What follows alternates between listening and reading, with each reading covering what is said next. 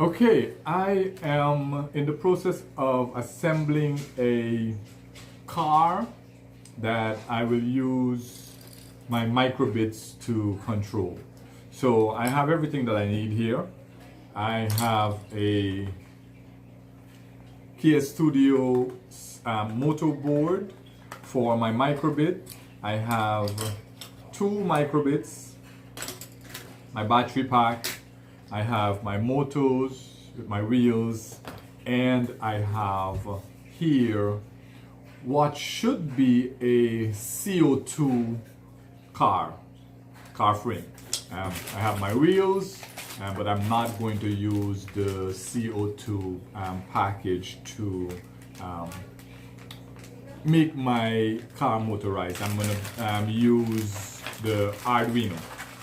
So first thing I need to do, I had a longer piece of wood that I cut to ensure that these motors and these wheels fit, because using it just like this would not create a good fit for the motor. So I'm going to add a piece of board here, and then I am going to add my wheels to this board like this. All right, so I need my glue gun because I'm going to be using a glue gun, and I am going to attach this board with the glue gun.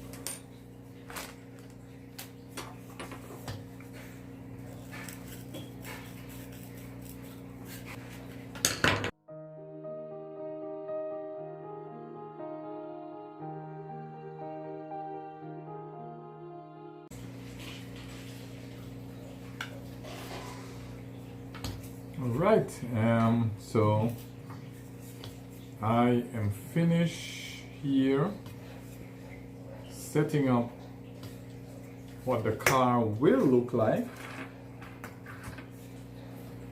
The next job is to create the code. Well, actually, I will not have to create the code because I did my code for this car last evening. So what I need to do is assemble my motor board,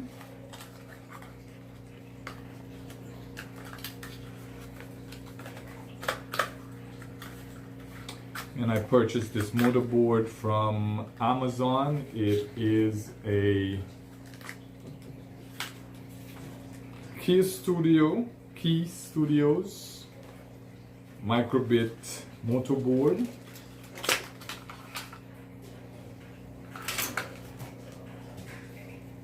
And I think I can attach this somewhere here. And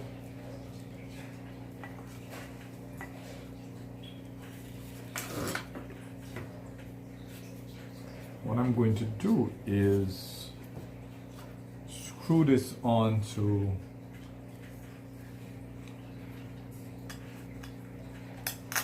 my car.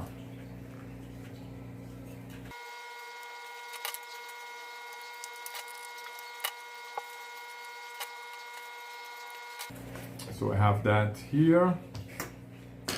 My microbit is going to go in here.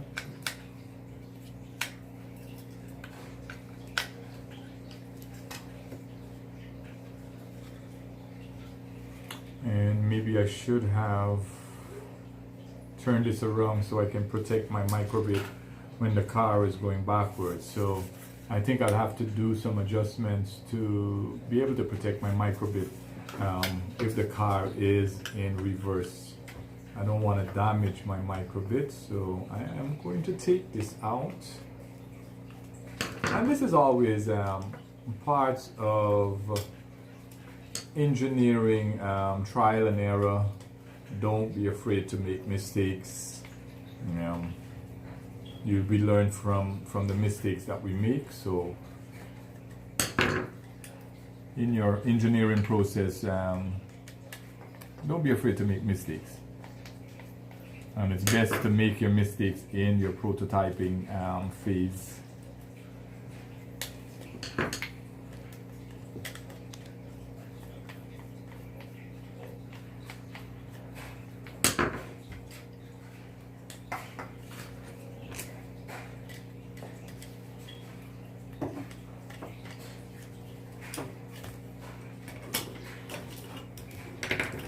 So what I'll do is I'll turn it around, so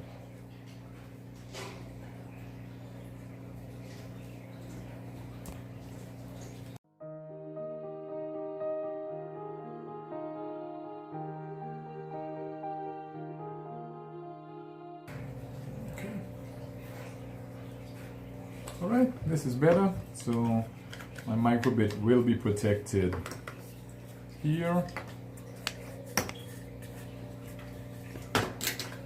I will need to attach my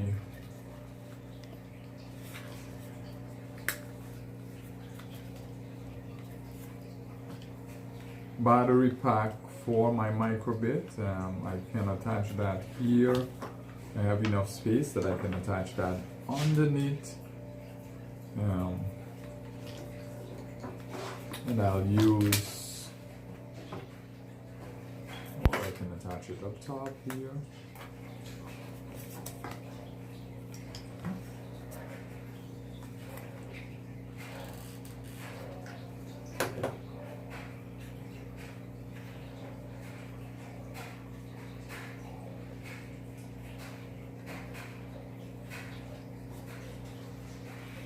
And I'll use another battery, maybe a 9 volts battery. I'll use a 9 volt battery to power my motorboard.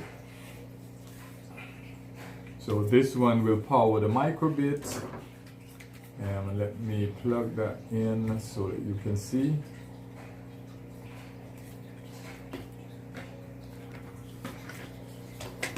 So this one will power the microbit, and I will have another battery to power the motorboard. Now I need some wires to connect some jumper wires to connect my 2 motors to the motorboard. Alright, so I got my battery here. I am going to need to use my wire cutter to get rid of some excess wire here.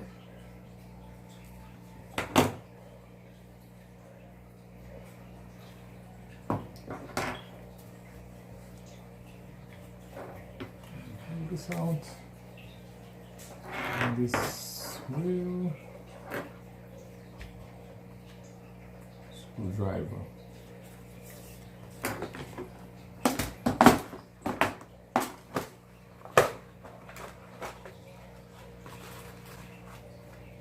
Alright, got my screwdriver, and I am going to negative.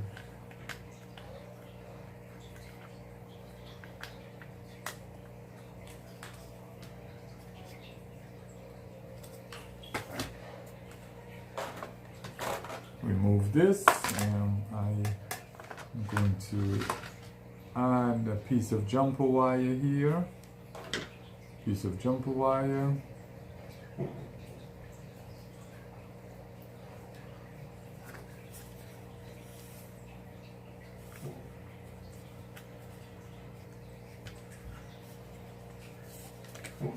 And I'm going to connect my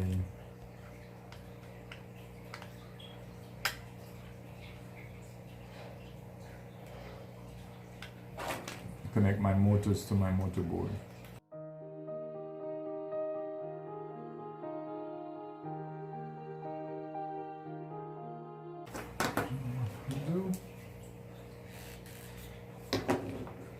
I'm going to connect my 9-volt battery and positive to the second pin here, and then my negative will be on the outermost bracket.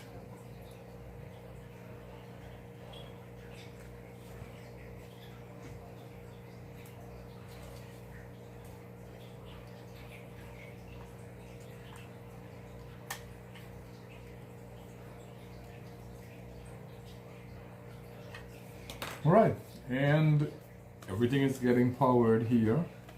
I'm going to now jump onto my computer and upload my code, and we'll see if this car actually works.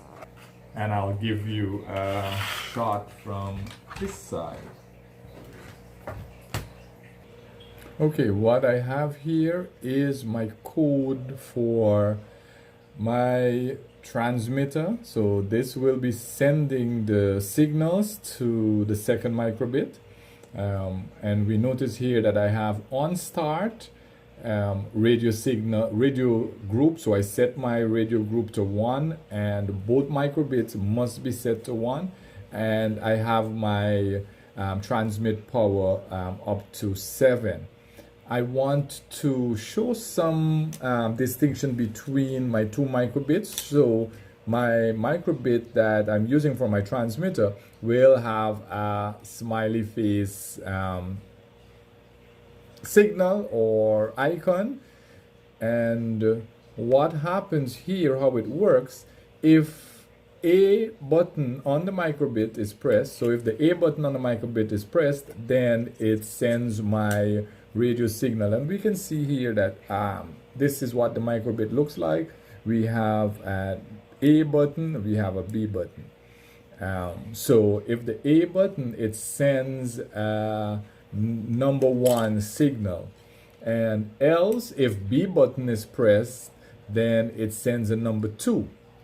I'm also using tilt right and tilt left. So if it tilts right, then it sends a number 3. If it tilts left, it sends a number 4 signal.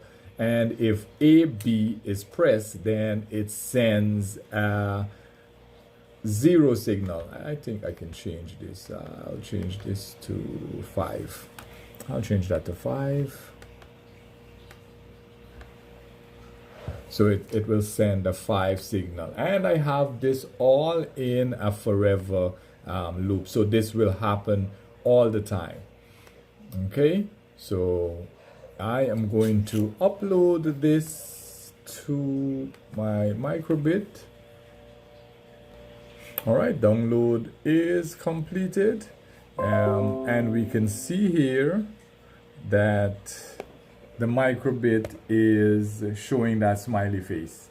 All right, so I am going to take this one out, and I am going to upload the second code.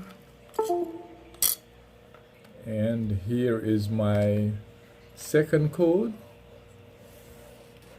And this is the microbit that will be placed on the car. So again, we're noticing here that I have my radio group, like the first one. My radio group is set to 1. My transmit power, my power is set to 7. And the icon that is going to be on this microbit, so that I can know which one is to go into the car and which one is going to be used for the remote control. This one is an X. So what happens here on radio receive, so this is what will happen when it receives that number. Remember, I set number 1. So when it receives number 1, then it shows this icon, and my motors will begin to be powered.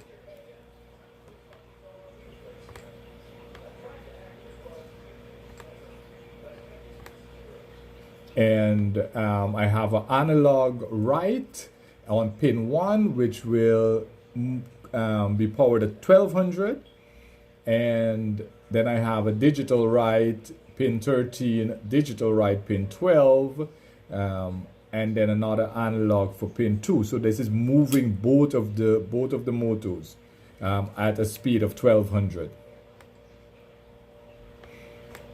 Again, when it receives a signal of 3, that means I'm tilting it right, it will turn right. So what I'm doing here, only one of my motors will move, and this is moving at speed of 300, so only one of my motors will move. My analog right pin 1, you notice my analog right pin 2 is at 0, so one motor will turn, and therefore if one motor is turning, then the car will turn in that direction. Now if signal 4 is received, then the opposite will happen, and that is when I tilt my microbit to the left, the car will turn to the left. And again, one of my motors will work, one of my motors will spin, and the next one will stand still.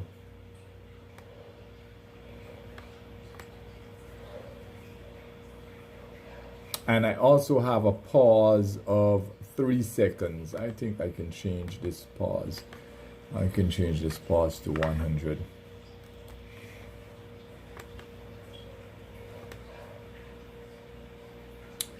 Now, if my AB button is pressed, and this is where I change this signal here, number 2, from 0 to 5, so I need to change it on here also. And what will happen here is everything will stop. So the car stops, or should stop, if both buttons are pressed. So I will upload this code. All right, my upload is finished. You notice the X is being shown here. So let's take it out in the yard and see what happens. All right, you can see the car actually works. Going forward.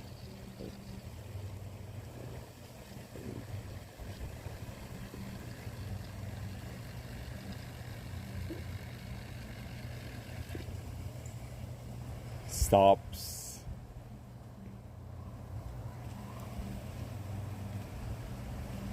So it actually works. So this was great, guys. Try it out if you can. What you would need, like I said before, you'd need 2 microbits, and you would need your motor board, and you can use any frame, any car frame that you have. You just need some motors, and once you get that, you can start engineering, start having fun. What you're learning here, you're learning electronics, you're learning coding, and the engineering process. So what I want to show you here, what I forgot to show you, was the car being able to turn. So if I tilt the microbit in my hand, you can see now I'm tilting it left, the car is turning left. If I tilt it right, the car will eventually turn right. So it works pretty well. So it's turning the other direction. So yes, guys, have a wonderful rest of your day. Be good, be safe, and I will see you in my next video.